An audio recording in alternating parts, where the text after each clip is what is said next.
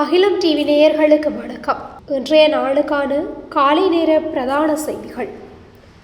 விரிவான செய்திகளுக்குள் செல்லும் முன்னதாக முதலில் இன்றைய தலைப்புச் செய்திகள். QR குறியீட்டில் எரிபொருள் தொடர்பில் முக்கிய அறிவிப்பு. இலங்கையில் வாரத்தில் 4 நாள் வேலை திட்டம். போர் பதற்றம் நீடித்தால் உள்நாட்டு அபிவிருத்திகளுக்கு ஆபத்து. வெள்ளவத்தையில் குடியிருப்பின் 7வது மாடியிலிருந்து விழுந்து உயிரிழந்த குழந்தை. இறக்குமதி செய்யப்படும் பொருட்களின் விலையில் அதிகரிப்பா வெளியான முக்கிய தகவல். இலங்கையில் போலீசாரின் அதிரடியால் ஒரே நாளில் கைதான 900 பேர். இலங்கையில் அதிகரிக்கும் வெப்பநிலை, மக்களுக்கு விடுக்கப்பட்ட எச்சரிக்கை. நாட்டில் பல பகுதிகளில் மழை வாய்ப்பு, பொதுமக்களுக்கு விடுக்கப்பட்டுள்ள எச்சரிக்கை. துபாய் விமான நிலையம் அருகே பாரிய தீ விபத்து. ட்ரம்பிற்கு ஈரானிலிருந்து வந்த தக்க பதிலடி. தொடர்பான விரிவான செய்திகள். தேசிய எரிபொருள் அனுமதி முறையின் கீழ் எரிபொருள் வழங்கும் போது QR குறியீடு வழங்கப்பட்டாலும் எந்த காரணத்திற்காகவும் எரிபொருள் கேன்கள் அல்லது போத்தல்கள் போன்ற வெளிப்புற கொள்கலன்களில் வழங்கப்படாது என்று எரிபொருள் நிரப்பு நிலைய உரிமையாளர்கள் சங்கத்தின் தலைவர் தெரிவித்துள்ளார். அதற்கமைய அந்த QR குறியீட்டை பதிவு செய்த வாகனத்திற்கு மட்டுமே எரிபொருளை பெற முடியும் என அவர் கூறியுள்ளார். மேலும் புதிதாக வாங்கப்பட்ட வாகனங்கள் மற்றும் உரிமை மாறிய வாகனங்களுக்கு QR குறியீடுகளை பெறுவதில் நுகர்வோர் பல சிக்கல்களை எதிர்கொண்டுள்ளனர். இது தொடர்பாக அரசாங்கம் தலையிட்டு விரைவான தீர்வை வழங்கும் என்றுதான் நம்புவதாகவும் தலைவர் கூறியுள்ளார். மேலும் பாடசாலை போக்குவரத்து சேவைகள் மற்றும் அலுவலக சேவைகளை வழக்கம் போல் பராமரிக்க இலங்கை பெட்ரோலிய கூட்டுத்தாபனம் மற்றும் தனியார் விநியோகஸ்தர்களிடம் எரிபொருள் இருப்புகளை வழங்குமாறு சங்கம் கேட்டுக்கொள்கின்றது. இந்த முறையை செயல்படுத்தும் போது எரிபொருள் நிரப்பு நிலைய உரிமையாளர்களுக்கும் அதிகாரிகளுக்கும் இடையே நடந்த பேச்சுவார்த்தைகளின் போது சில தொழில்நுட்ப பிழைகள் ஏற்பட்டதாகவும் அவற்றை தீர்த்த பிறகு செயல்முறை முன்னோக்கி எடுத்து செல்லப்படும் என்றும் அவர் மேலும் கூறியுள்ளார். இலங்கையில் நிலவும் எரிபொருள் நெருக்கடிக்கு மாற்று தீர்வாக வாரத்தில் 4 நாள் வேலையை அறிமுகப்படுத்துவது குறித்து அரசு பரிசீலனை செய்து வருவதாக தகவல்கள் வெளியாகியுள்ளன. இதற்கான விசேட கலந்துரையாடல் ஜனாதிபதி தலைமையில் இன்று பிற்பகல் 3 மணிக்கு ஜனாதிபதி செயலகத்தில் நடைபெறவுள்ளது.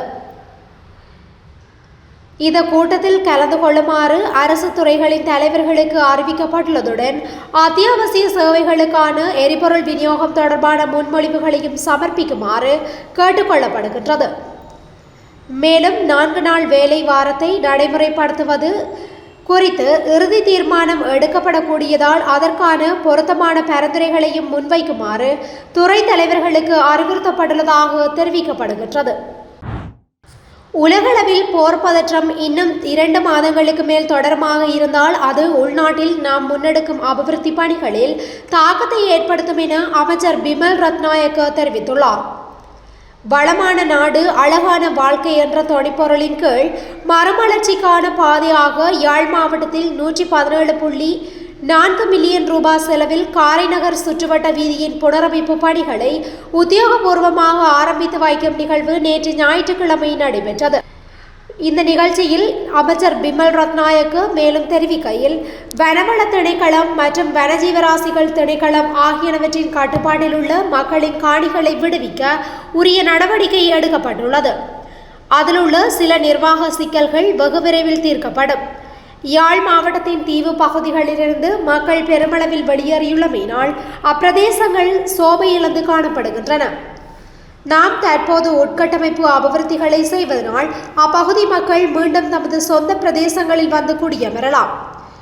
மேலும் உலகளாவிய ரீதியில் ஏற்பட்டுள்ள போர் பதற்றம் காரணமாக சித்திரை புத்தாண்டிற்கு பின்னர் எரிபொருள் நெருக்கடி ஏற்படலாம் என்பதை கருத்தில் கொண்டே QR முறைமை மீண்டும் அறிமுகப்படுத்தப்பட்டுள்ளது. இந்த போர் பதற்றம் இன்னும் 2 மாதங்களுக்கு மேல் தொடரமாக இருந்தால் அது உள்நாட்டில் நாம் முன்னெடுக்கும் அபிவிருத்தி பணிகளிலும் தாக்கத்தை ஏற்படுத்தும் என்றார். கொழும்பு வெள்ளவத்தையில் அடுக்குமாடி குடியிருப்பிலிருந்து வீழ்ந்து தமிழ் இளைஞர் ஒருவர் உயிரிழந்துள்ளதாக போலீசார் தெரிவித்துள்ளனர். பிரெட்டிகா வீதியில் நிர்மாணிக்கப்படும் வரும் கட்டடத்திலிருந்த விழுந்து 30 வயதுடைய நபரொருவர் உயிரிழந்துள்ளதாக வெள்ளவத்தை போலீசார் தெரிவித்துள்ளனர். உயிரிழந்தவர் உடவலவே ஒலிமட பகுதியைச் சேர்ந்த புவனேஸ்வர் ராசா ஸ்ரீகாந்த் என அடையாளம் காணப்பட்டுள்ளார். நிர்மாணிப்பில் இருந்த 10 மாடி கட்டடத்தின் 7வது மாடியில் பணிபுரிந்து கொண்டிருந்த போது லிப்டில் இருந்து விழுந்ததாக போலீஸ் விசாரணையில் தெரிய வந்துள்ளது. பலத்த காயமடைந்த இளைஞனை உடனடியாக அங்கிருந்த தொழிலாளர்கள் மருத்துவமனைக்கு கொண்டு சென்றார்கள். எனினும் அவர் ஏற்கனவே உயிரிழந்து விட்டதாக வைத்தியர்கள் தெரிவித்துள்ளமை குறிப்பிடத்தக்கது. இந்த சம்பவம் தொடர்பில் குற்றப்புலனாய்வு ஆய்வக அதிகாரிகள் விசாரணைகளையும் மேற்கொண்டு வருகின்றமை குறிப்பிடத்தக்கது. இறக்குமதி செய்யப்படும் பொருட்களின் விலையில் ஒருவித அதிகரிப்பு ஏற்படக்கூடிய சாத்தியக்கூறுகள் காணப்படுவதாக வர்த்தக பிரதி அமைச்சர் RM ஜெயவர்தன தெரிவித்துள்ளார். நேற்று ஊடகங்களுக்கு கருத்து தெரிவித்த அவர், உலகளாவிய ரீதியில் நிலவும் போர்ச்சூழல் காரணமாக பொருட்களின் விலை அதிகரிப்பதை தவிர்க்க முடியாத நிலை காணப்படுவதாக குறிப்பிட்டார். உலகெங்கிலும் எரிபொருள் போக்குவரத்து மற்றும் விநியோகத்தில் ஏற்பட்டுள்ள தடைகள் இலங்கையில் தாக்கத்தை ஏற்படுத்துவதை தவிர்க்க அரசாங்கம் பல்வேறு நடவடிக்கைகளை எடுத்து வருவதாகவும் அவர் கூறினார். அதன்படி தடையின்றி பொருட்களை விநியோகிப்பதற்காக இதுவரை பொருட்களை இறக்குமதி செய்த நாடுகளுக்கு மேலதிகமாக ஏனைய நாடுகளிலிருந்தும் பொருட்களை இறக்குமதி செய்வது குறித்து அரசாங்கம் ஆராய்ந்து வருவதாக பிரதி அமைச்சர் மேலும் விளக்கினார். தற்போது நிலவும் போர்ச்சூழல் உலகின் ஏனைய நாடுகளிலும் பாதிப்பை ஏற்படுத்தியுள்ளது. எரிபொருள் மற்றும் ஏனைய பொருட்களின் போக்குவரத்தில் இது தாக்கத்தை செலுத்தியுள்ளது. எரிபொருள் விலை மற்றும் எரிபொருள் விநியோகத்தில் ஏற்பட்டுள்ள சில குறைபாடுகள் காரணமாக விநியோக வலையமைப்பில் பாதிப்பு ஏற்படலாம். இதனால் பொருட்களை இறக்குமதி செய்யும் போது அவற்றின் விலை அதிகரிக்க வாய்ப்புள்ளது. எவ்வாறாயினும் தற்போதைய அரசாங்கம் இது குறித்து அதிக கவனம் செலுத்தி வருகின்றது.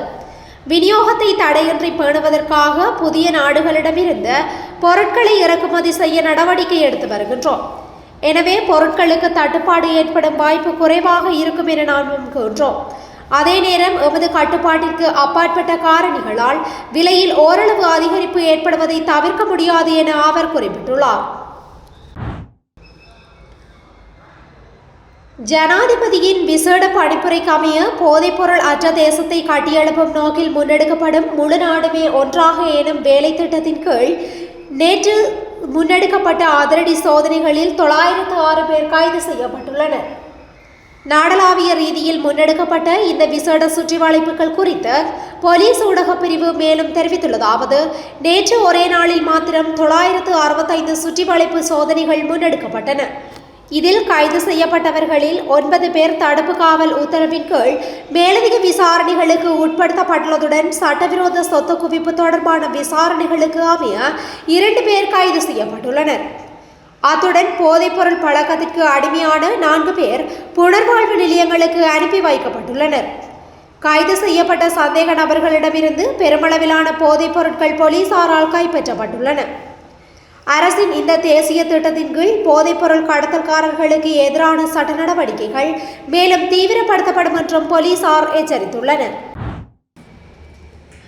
நாட்டில் நிலவும் அதிக வெப்பத்துடனான காலநிலை குறித்து வளிமண்டலவியல் திணைக்களம் எச்சரிக்கை அறிக்கை ஒன்றை வெளியிட்டுள்ளது. இதன்படி மேல் சப்ரகமுவ, தெற்கு மற்றும் வடமேல் மாகாணங்களிலும், மொனராகலை, மன்னார், அனுராதபுரம் மற்றும் வவுனியா ஆகிய மாவட்டங்களிலும் சில பகுதிகளிலும் நாளை வெப்பச்சுட்டியானது மனித உடலுக்கு உணரப்படும் கவனம் செலுத்த வேண்டிய மட்டத்தில் காணப்படும் என எச்சரிக்கப்பட்டுள்ளது. இது குறித்து பொதுமக்கள் மிகவும் அவதானத்துடன் இருக்குமாறு வளிமண்டலவியல் திணைக்களம் கேட்டுக்கொண்டுள்ளது. குறித்த சந்தர்ப்பங்களில் அதிக நீரை அருந்துவது, வயல்வெளிகளில் தொழிலில் நீண்ட நேரம் ஈடுபடுவதை தவிர்த்தது, வயோதிபர்கள் மற்றும் நோயாளிகள் வெளியில் செல்வதை தவிர்த்தல் போன்ற முன்னெச்சரிக்கை நடவடிக்கைகளை எடுக்குமாறு அறிவுறுத்தப்பட்டுள்ளது. மத்திய சப்ரகமுவ, வடமேல், தென் மற்றும் ஊவா மாகாணங்களின் பல இடங்களில் இன்று 2 மணிக்கு பின்னர் மழை அல்லது இடியுடன் கூடிய மழை பெய்யக்கூடும் என வளிமண்டலவியல் திணைக்களம் அறிவித்துள்ளது. அதே சமயம் கிழக்கு மாகாணத்தில் சிறிதளவு மழை பெய்யக்கூடும். மத்திய சப்ரகமுவ மற்றும் ஊவா மாகாணங்களின் சில இடங்களிலும், அத்துடன் காலி மற்றும் மாத்தறை மாவட்டங்களிலும் அதிகாலை வேளையில் பனிமூட்டம் காணப்படும். சப்ரகமுவ, மேல், வடமேல் மற்றும் தென் மாகாணங்களிலும் அத்துடன் வவுனியா, மன்னார், அனுராதபுரம் மற்றும் மொனராகலை மாவட்டங்களிலும் இன்று அதிகரித்த வெப்பநிலை காணப்படும். பலத்த காற்றும் மின்னல் தாக்கங்களும் ஏற்படக்கூடிய சந்தர்ப்பங்களில் பொதுமக்கள் அவதானத்துடன் செயற்படுமாறு கேட்டுக்கொள்ளப்படுகின்றனர். பொத்துவில் தொடக்கம் மட்டக்களப்பு ஊடாக திருகோணமலை வரையான கடல் பிராந்தியங்களில் சில இடங்களில் மழை பெய்யக்கூடும். புத்தளம் தொடக்கம் கொழும்பு, காலியூடாக ஹம்மாந்தோட்டை வரையான கடல் பிராந்தியங்களில் சில இடங்களில் மாலை அல்லது இரவு வேளைகளில் மழை அல்லது இடியுடன் கூடிய மழை பெய்யக்கூடும். கடல் பிராந்தியங்களில் மணித்தியாலத்திற்கு 20 தொடக்கம் 30 கிலோமீட்டர் வேகத்தில் கிழக்கு திசையிலிருந்து காற்று வீசும். நாட்டை சூழ உள்ள கடல் பிராந்தியங்கள் இடைக்கிடையே ஓரழிவு கொந்தளிப்பாக காணப்படும். ஆனால் இடியுடன் கூடிய மழை பெய்கின்ற சந்தர்ப்பங்களில் பலத்த காற்று வீசுவதுடன் அவ்வேளைகளில் கடல் பிராந்தியங்கள் தற்காலிகமாக மிகவும் கொந்தளிப்பான நிலையில் காணப்படும். துபாய் சர்வதேச விமான நிலையத்தை சுற்றியுள்ள பகுதியில் ட்ரோன் தாக்குதல் நடத்தப்பட்டுள்ளதாக அந்நாட்டு ஊடகங்கள் செய்தி வெளியிட்டுள்ளன. இதன் விளைவாக பாரிய தீ விபத்து ஏற்பட்டுள்ளதாகவும் தெரிவிக்கப்படுகின்றது. இதனால் துபாய் சர்வதேச விமான நிலையத்தில் விமானங்கள் தற்காலிகமாக நிறுத்தி வைக்கப்பட்டுள்ளதாக வெளிநாட்டு ஊடகங்கள் செய்தி வெளியிட்டுள்ளன. ஏற்பட்ட தீயை அணைக்க அதிகாரிகள் முயற்சித்து வருவதாகவும் வெளிநாட்டு ஊடகங்கள் செய்தி வெளியிட்டுள்ளன. மேலும் இதுவரை எந்த உயிரிழப்பும் ஏற்படவில்லை என்றும் தெரிவிக்கப்பட்டுள்ளது. எரிபொருள் தொட்டியை குறிவைத்து ட்ரோன் தாக்குதல் நடத்தப்பட்டதாகவும் தீயை கட்டுப்படுத்த சிவில் பாதுகாப்பு குழுக்கள் செயல்பட்டு வருவதாகவும் தெரிவிக்கப்பட்டுள்ளது.